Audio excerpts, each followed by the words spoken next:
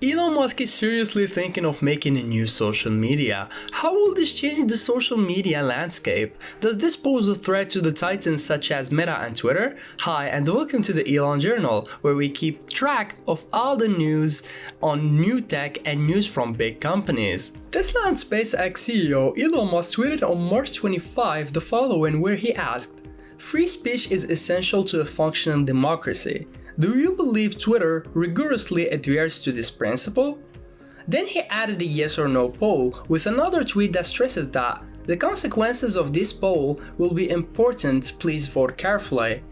Which a lot of people took it as a big hint of something big coming. The poll ended up getting more than 2 million votes, with 70.4% saying that Twitter does not rigorously adhere to the principle of free speech, and with 29.6% thinking that Twitter does. After the voting ended, Musk followed his tweet with the following: "Given that Twitter serves as the de facto public town square, failing to adhere to free speech principles fundamentally undermines democracy.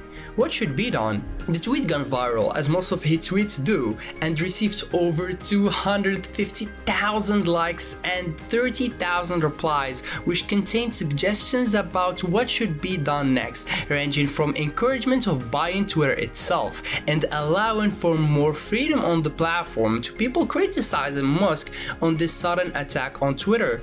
But the most prominent answer was that a new platform has to be built, with Musk being in charge, which caught the attention of the Tesla CEO, who followed with one last tweet saying, "Is a new platform needed?"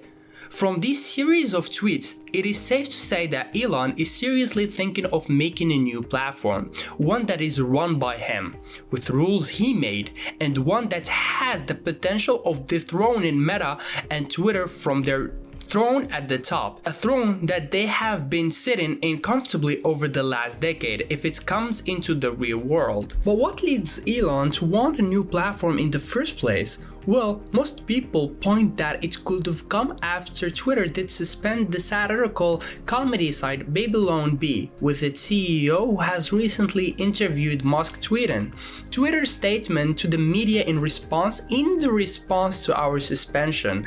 The account you referenced has been temporarily locked for violating our hateful conduct policy.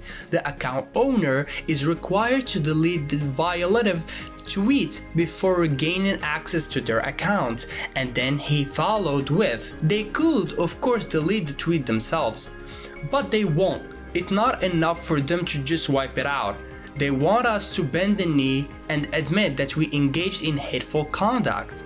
This isn't the first big site or person to get suspended recently. Only one day later, Charlie Kirk, the founder of Turning Point in USA, got suspended due to repeatedly misgendering and dead-naming Rachel Levin in response to her placement on USA Today's Women of the Year. And then the following day, the American television host and conservative political commentator Tucker Carlson got suspended for also dead-naming Rachel Levin in response to her placement on USA Today's Women of the Year's list.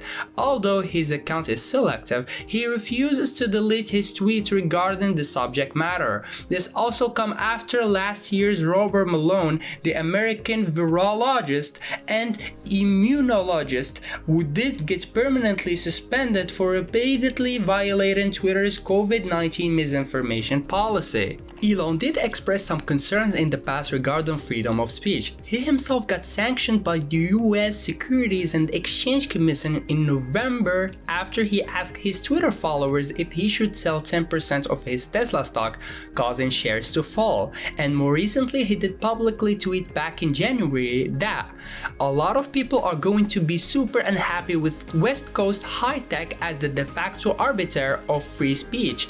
And more recently, in a reply to a tweet regarding Twitter algorithm, "I'm worried about the de facto bias, the Twitter algorithm having a major effect on public discourse. How do we know what is really happening?" And then followed with, "The algorithm should be open source." He then made a Twitter poll asking if the Twitter algorithm should be an open source, with over 82% of the 1.1 million voters saying yes, and the rest saying no.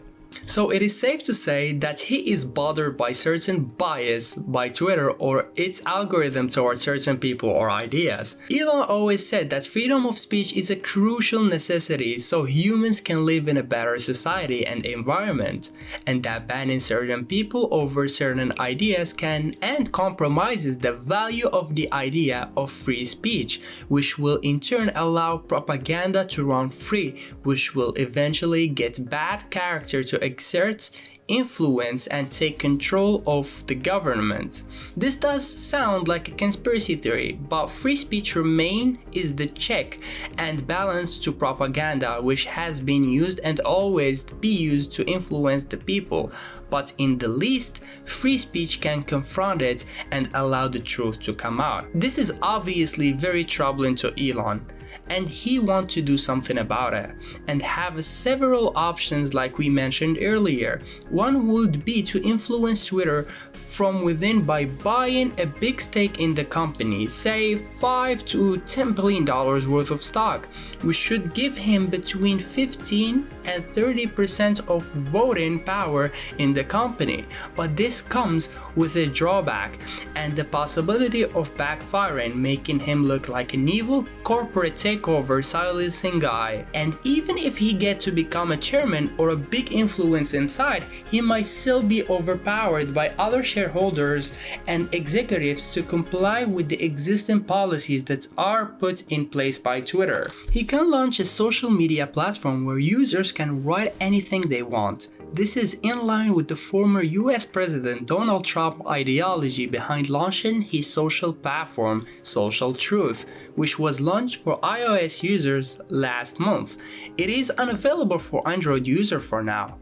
Trump decided to launch his own social media platform after he was banned from Twitter, Facebook, and several other social apps. This platform would be a competitor to the other popular social media apps. This isn't a new idea. There were hundreds and thousands of attempts of making Twitter and Facebook clones over the years, which all failed or had very little to no success at all. The technology and algorithm of such platform can easily be copied and reused by developers and engineers, but it is the networking and the amount of people on these apps and the connectivity that these platforms offered over the years is what keeps them in the front, and that is without mentioning the most influential people that do make or sometimes break such platforms. Although it does not make much sense in comparing the two, but only a couple of years ago, Microsoft, a company with a market cap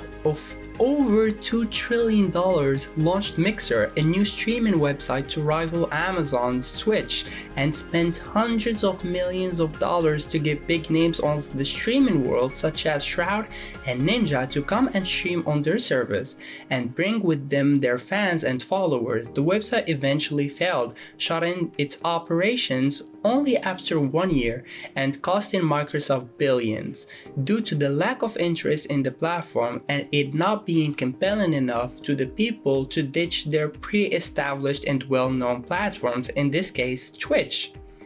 But it could be a different story with Elon's supposed plan.